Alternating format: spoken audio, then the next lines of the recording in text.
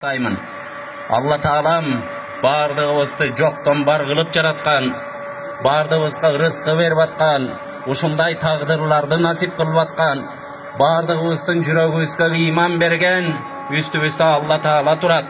Allah Taalam ушу көтөрүлгөн желегибизди кут кылып, ушуну түбөлүктүү кылсын. Желегибиз эч качан тепселбесин. Allah Taaладан жалынып жалбарып бүгүнкү күн өзгөчө майрам, урматтуу бир туугандар. Бүгүнкү майрам ушундай бир Кудайдын бергени. Бул деген желекке жетпей жүргөн канчалаган эл бар. Бизден 10 эселеген, 100 эселеген саны көп болгон элдер бар. Бирок ошо желекке зар болуп жүргөн, 1 чарчы метр жерге зар болуп жүргөн канчалаган дүйнөдө элдер бар. Бардыгына шүгүр дейли.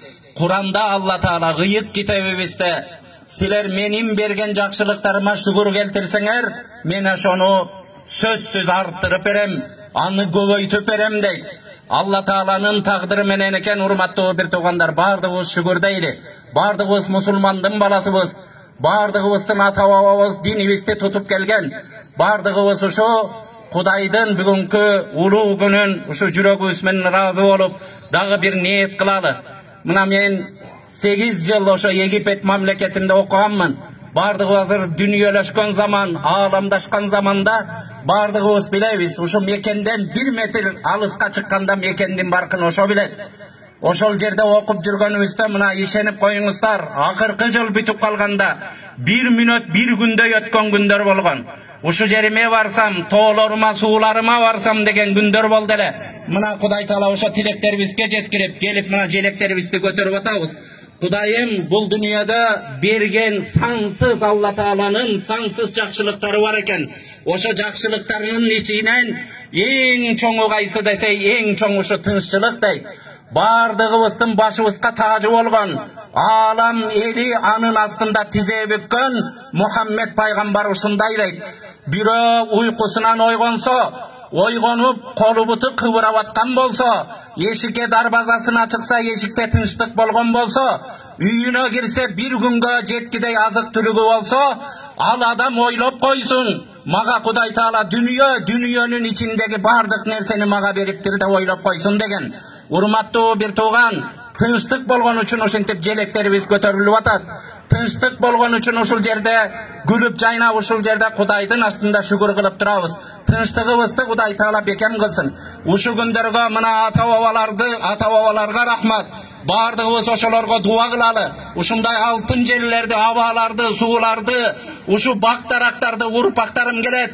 10 кылым, 100 кылымдан кийинки урпактарым ушунун үстүндө жашасын деп, ушунун ар бир жерине кандарын төккөн мекенди сакташ үчүн. Урматтуу бир тууган, ар бирибиз мындан кийин дагы биз дагы урпактарга 100 кылым, 1000 кылымдан кийин келе турган урпактарыбыз ушул жерде ойносун, ар кимдин эшигин тазалабасын. Бардыгыбыз ошого ичибизден ниет кылалы. Бардыгыбыз жүрөгүндө жалыны бар, мекенди сүйгөндөр ушул жерге чогулуп атат. Ушул жерде желек көтөрүлөт экен деп ушул жерде иштерин таштап келген инсандардын бардыгынын жүрөгүндө бир Кудайга сүйүүсү барлар отурат. Дуабызды Кудай Таалам кабыл кылган болсун. Пайгамбар саллаллаху алейхи ва саллям Hubbul vatan minal iman, mekенди сүйүү бул имандан дейт. Имандуу адам мекенин сүйөт деген. Урматтуу бир тууган, мекенибизди түбөлүктүү кылсын. Андан кийин ушул жердеги айтарым, ормон инибизге окшогон жана башка бул жерде колу ачык, жоомарт балдар араларыбызда жүрөт, эл баккандар жүрөт. Бул дүйнөдө кечирип коюңуздар, кара курсакты тойгон торпок деле тойгузуп атат. Урматтуу бир тууган, эгер Кудайдын ыраазылыгын алайын, ушул дүйнөдө бир Allah Таалага жакын иш кылып кетейин десек, элдин курсагын тойгузалы, элге кызмат кылалы. Муну дагы Кудай Таала ар кимге бербейт, миллиондон тандап туруп бирөөгө берет экен. Урматтуу бир тууган, Кудай Тааладан ушундай ниет кылалы. Allah Таалам ушул дүйнөгө келдикпи, элге пайдалуу бололу дейли. Пайгамбар саллаллаху алейхи ва салламга адамдар келип, "О Алланын пайгамбары, адамдын жакшысы ким болот?" дегенде, адамдын жакшысы адамдарга пайдалуу болгону, адамдын жаманы ким болот? Адамдын жаманы адамдарга зыяндуу болгону дейт. Урматтуу бир тууган, бардыгыбыз ниет кылалы. Кудайым, жаратканым, мен Аллата ушу адамдарга пайдалуу болоюн. пайдалуу боло албасам да зыянымды тийгизбейин деп дуа кылалы. Ошон үчүн бардыгыбыз ошо Кыргызстан мусулмандарынын дин башкармалыгынын атынан, жеке өзүмдүн атыман мына Аким мырзага, Курманбек байкеге, мына Ормон инибизге чоң ыраазычылык билдиребиз. Пайгамбар адамга ыраазылык билдире албаган Кудайга рахмат айта албайт дейт. Адамга ыраазылыгыбызды билгизели. Үйүнө айдап алган акчасы жок, каммай менен чаап алган.